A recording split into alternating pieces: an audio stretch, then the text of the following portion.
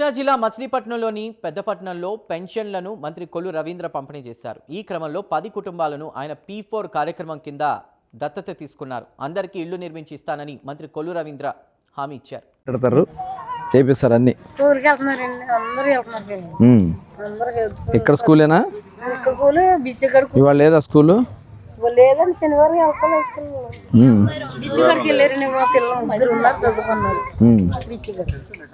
మీ వాళ్ళు అక్కడ ఎంతమంది ఉన్నారు? ఎన్ని కుటుంబాలు ఉన్నాయి అక్కడ బీచ్ దగ్గర?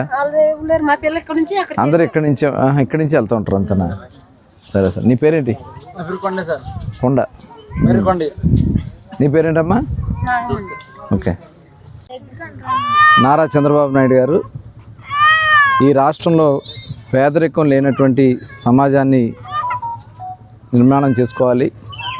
దానికి ప్రతి ఒక్కరు కూడా బాధ్యత తీసుకోవాలి. దానికి ఎవరైతే అట్టడుగు వర్గాలుగా ఉన్నారో వాళ్ళందరినీ కూడా పైకి తీసుకురావడానికి ఒక ప్రణాళికతో ముందుకెళ్లాలని గౌరవ ముఖ్యమంత్రి గారు పిలిపివ్వడం, దానిలో భాగంగా P4 people public private partnership